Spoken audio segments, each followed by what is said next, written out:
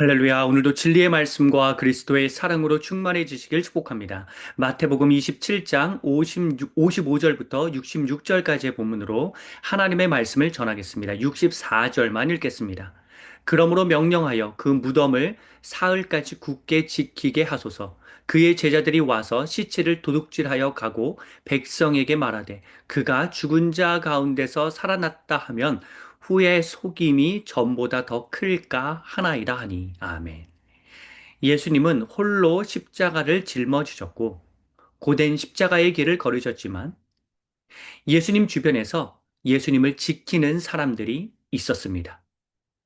62절부터 66절까지의 삼엄한 상황 속에서도 55절, 56절, 61절에 보면 갈릴리에서부터 온 막달라 마리아, 야고보와 요셉의 어머니 마리아, 세베대의 아들들의 어머니 등 수많은 여인이 예수님 곁을 계속 지키고 있었고, 57절부터 60절까지에 보면 아리마대의 부자 요셉이 예수님의 시신을 직접 장사하였습니다.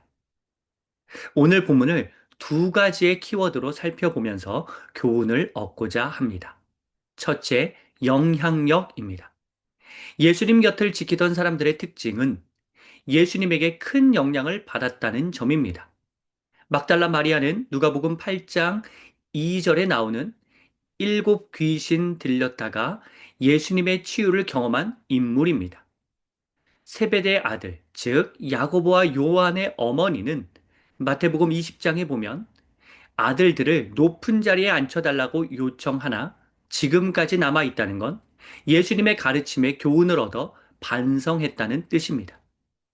야고보와 요셉의 어머니 마리아는 성경에 명확한 기록은 없으나 계속해서 예수님 사역을 도왔던 여인 무리 중 한 사람으로서 예수님에게 어떠한 큰 영향을 받아서 큰 사역을 감당한 여인이었기에 아마 이름까지 언급되어 있을 것입니다.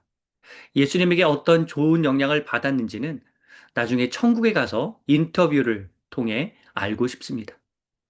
아리마대 부자 요셉에 관해서는 예수님의 제자라는 표현이 나옵니다.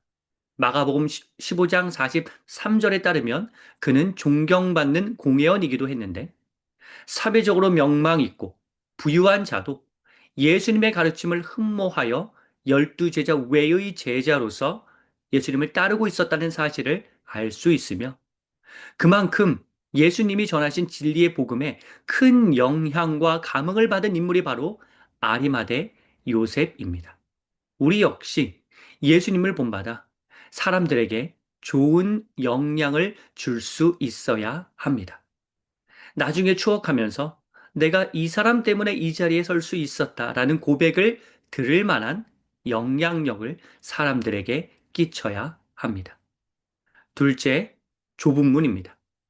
예수님 곁을 지키는 사람들이 위대한 이유는 예수님을 핍박하고 죽이고 이후에도 철저하게 예수님의 영향력을 차단하려는 사람들보다 수적으로나 사회적으로나 열세에 있었지만 그에 굴하지 않고 예수님 곁에 있었다는 점입니다.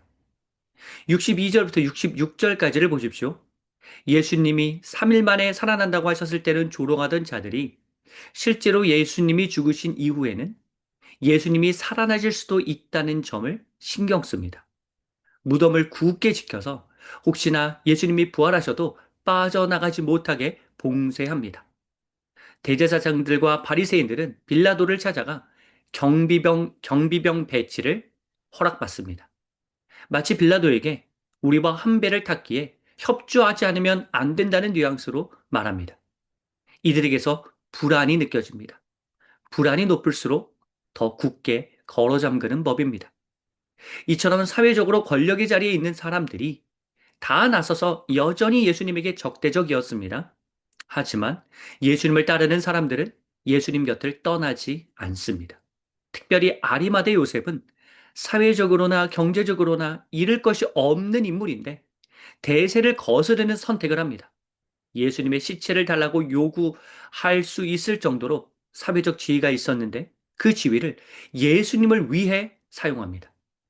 주변의 평판과 앞으로의 명예를 생각하지 않고 오직 예수님의 명예로운 죽음을 위해 장사 지내는데 앞장섭니다.